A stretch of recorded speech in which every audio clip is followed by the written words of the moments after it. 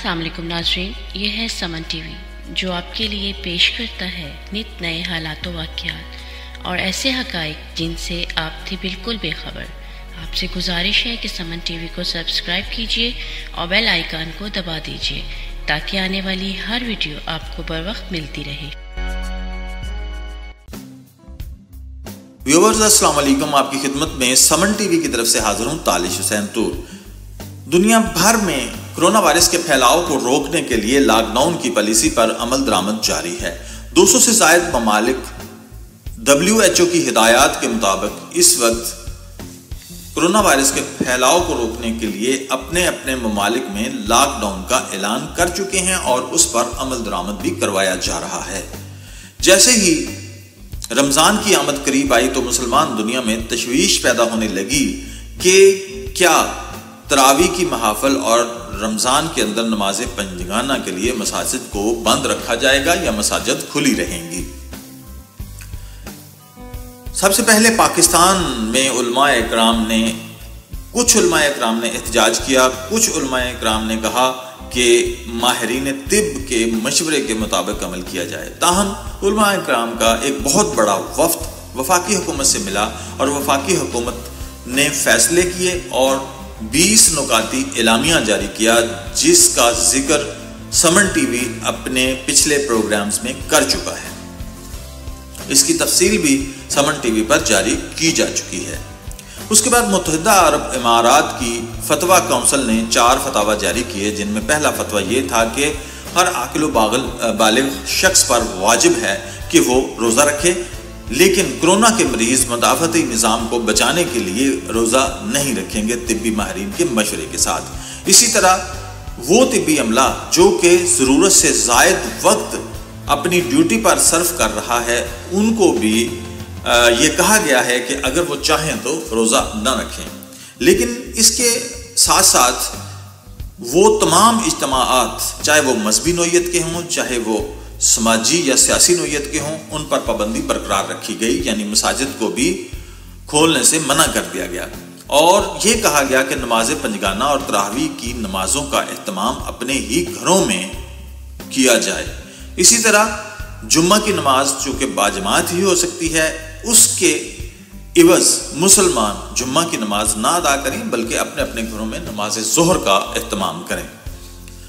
इसी तरह की कुछ दीगर नुकात थे जो कि मुत्तहिदा अरब इमारात की फतवा काउंसिल ने जारी किए। इसी तरह हमारा मरकजी मुल्क सऊदी अरब, वहाँ पर भी ये फैसले किए गए कि हरमैन शरीफैन में नमाज तरावी और नमाज पंजगाना के लिए सिर्फ वो स्टाफ जो कि ऑलरेडी वहाँ पे ड्यूटी कर रहा है, सिर्फ वही इन नमाजों में शिरकत करेंगे। पब्लिक की शिरकत को मना कर दिया गया। लेकिन पाकिस्तान में अगर हम गौर करें तो हमारी कौम हमें मुख्तलिफ तबकात में फ़िक्र के हिसाब से भी, सोच के एतबार से भी मुख्तलिफ ग्रोहों में बटी हुई नज़र आती है। जब हुकूमत लॉकडाउन की पॉलिसी अपनाने में देर कर रही थी तो उस वक्त मीडिया चीख कर हुकूमत को कह रहा था कि वायरस बहुत ज़्यादा फैल रहा है, जल्दी लॉकडाउन कर दिया जाए। हमारी हुकूमत कंफ्यूज है, हमारी हुकूमत से फैसले नहीं हो रहे, क्योंकि हुकूमत को पता था कि हुकूमत के इतने वसाइल नहीं हैं कि हर शख्स को घर घर राशन पहुंचाया जा सके।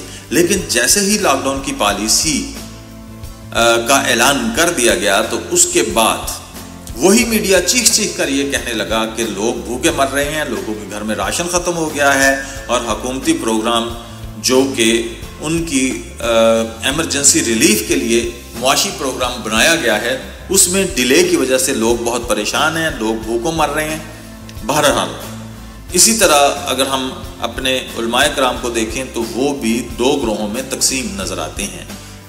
उलमाए कराम का एक ग्रोह ये कहता है कि मसाजिद खुली रखी जाएं, जबकि अक्सरियत उलमाए कराम की ये कहती है कि नहीं, तिब्बी माहिरीन के मशवरों के मुताबिक अमल किया जाए।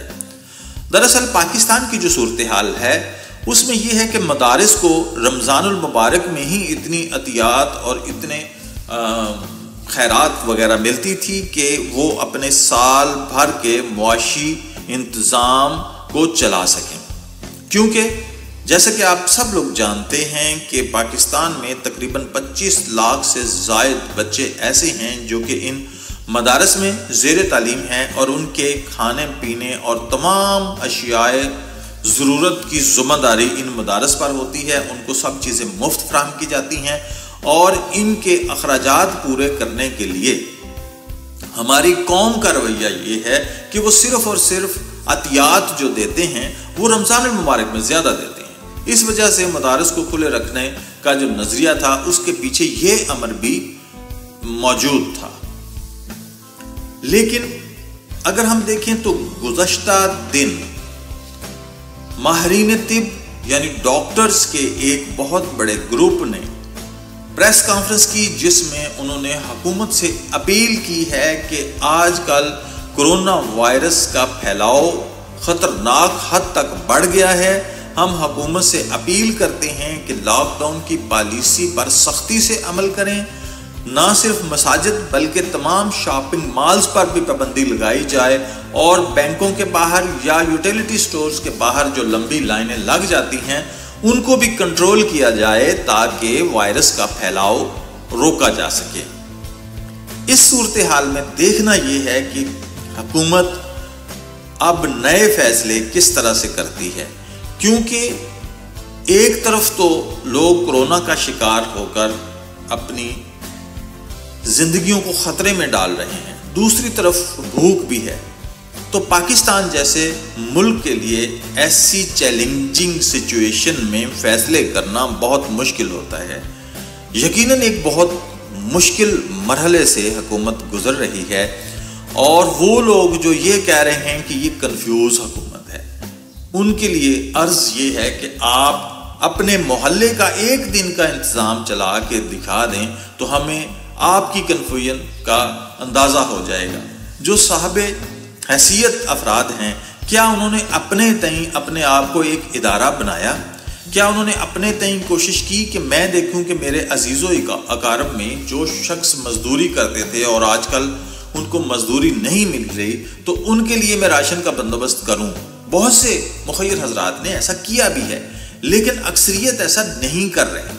कम से कम एक अफोर्डिंग फैमिली, एक नॉन अफोर्डिंग फैमिली के अखराजात का अगर जुम्मा उठा ले तो मुआखात मदीना जैसी सूरत हाल पाकिस्तान में सामने आएगी और हमारे मुआशरे में ये जो कंफ्यूज कौम है और सब लोग इस कंफ्यूजन की जिम्मेदारी दूसरों पे डाल रहे हैं।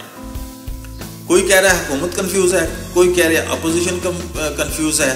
मुझे तो लग रहा है कि सारी कौम ही इस वक्त इस कंफ्यूजन का शिकार है कि क्या किया जाए, क्योंकि हमारे पास किसी भी इमरजेंसी से निपटने के लिए खातरखा इंतजामात मौजूद ही नहीं होते और ना ही ऐसी हंगामी सूरत हाल से कभी पहले हमें 70 साल में पाला पड़ा है। इस वजह से हम एक लर्निंग नेशन हैं। हम अपने रोज़मर्रा के हालात व वाक़यात से सीखते हैं और फिर फैसले करते हैं। लेकिन अब हमें यह देखना है कि हुकूमत मौजूदा सूरत हाल के पेश नज़र क्या फ़ैसला करती है। बहरहाल जो भी फैसला हो, हमारी दुआ है कि अल्लाह ताला हमारी पूरी कौम को हर तरह की आफात व बलियात और ख़तरात से और हर तरह के वायरस से महफूज रखे। आमीन।